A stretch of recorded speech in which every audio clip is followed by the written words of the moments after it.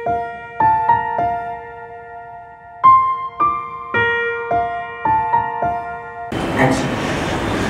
గురవే నమః. శ్రీఆర్ స్టూడియోస్ చూస్తున్నటువంటి ప్రేక్షకులకు స్వాగతం. స్వార్థం అనే మాట ఎంత చెడ్డదో అంత మంచిది కూడా.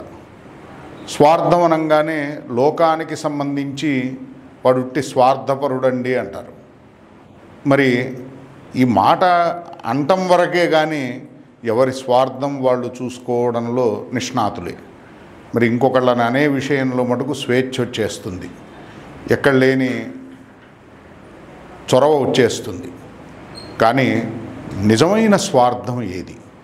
స్వ అంటే మనం శరీరం అనుకొని ఆ శరీరానికి సంబంధించి మనకి ఏది ప్రయోజనమో ఆలోచిస్తే అది నిజమైన స్వార్థం కాదు. స్వ అంటే జీవులం మనం. అర్థం అంటే జీవుడికి ప్రయోజనం. జీవుడికి ఏది ప్రయోజనం? మమైవాంశో జీవలోకే జీవభూత సనాతన అంటున్నాడు భగవంతుడు. ఈ జీవులంతా కూడా నా యొక్క అంశలు అని. మరి భగవంతుడు ఎవరు? ఆనందో బ్రహ్మేతి యజానాత్ అని చెప్తోంది తైత్రీయోపనిషత్తు. ఇప్పుడు భగవంతుడు ఆనందం.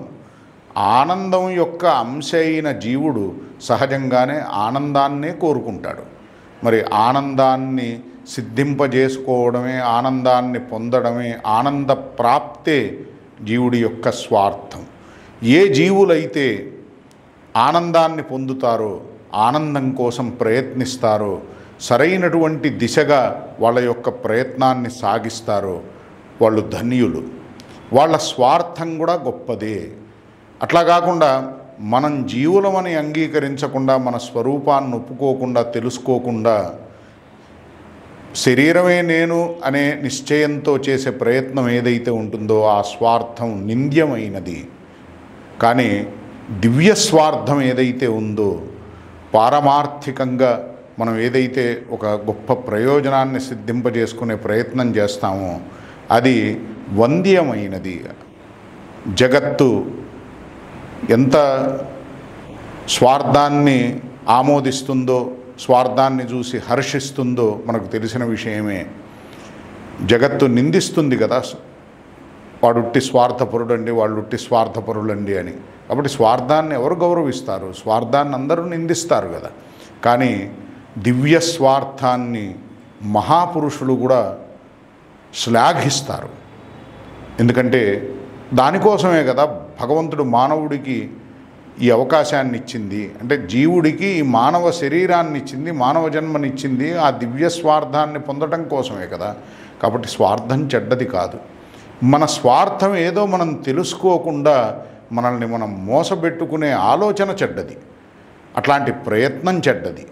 అంతేగాని మన ఆనందాన్ని మనం కోరుకోవటం, మన శ్రేయస్సును మనం కోరుకోవటం, మన భవిష్యత్తు బాగుండాలనుకోవటం, శాశ్వతంగా దుఃఖాన్ని దూరం చేసుకోవాలనుకోవటం ఇవి మంచివే కదా, చెడ్డవెట్లా అవుతాయి?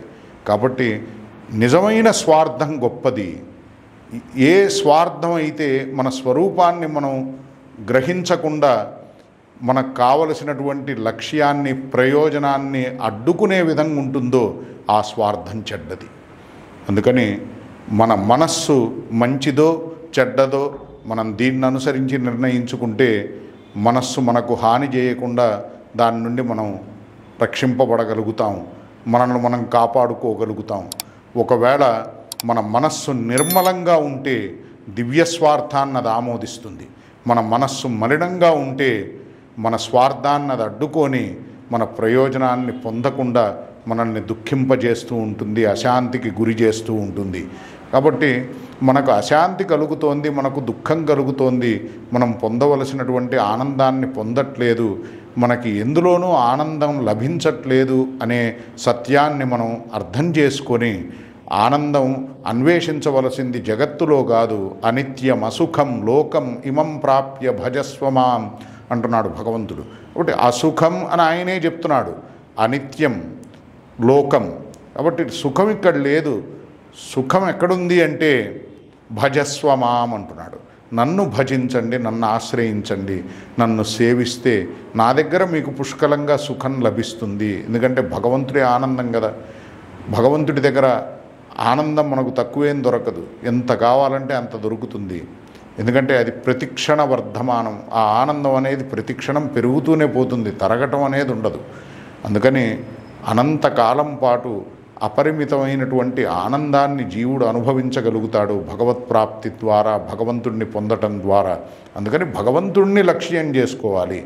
ఒకవేళ భగవంతుణ్ణి మనం లక్ష్యం చేసుకోకపోతే, భగవంతుణ్ణి మనం ఆశ్రయించకపోతే, ఆనందాన్ని వీడి దుఃఖాన్ని మనం లక్ష్యం చేసుకొని అన్ని ప్రయత్నాలు చేస్తున్నట్లు అవుతుంది. అందుకని భగవద్విముఖతలోనే దుఃఖం ఉంది. భగవంతుడికి అభిముఖులమైతే ఆనందం లభిస్తుంది. అందుకని మన స్వార్థాన్ని మనం చక్కగా అర్థం చేసుకొని మన ప్రయోజనాన్ని మనం నిర్లక్ష్యం చేయకుండా జాగ్రత్త పడాలి. ఈ అవకాశాన్ని సదుపయోగం చేసుకొని సాధనకు అనుకూలమైనటువంటి ఈ విషయాలను మన జీవితంలో ఆచరణలో పెట్టుకొని పరమ లాభాన్ని పొందాలి. హరయే నమః, గురవే నమః.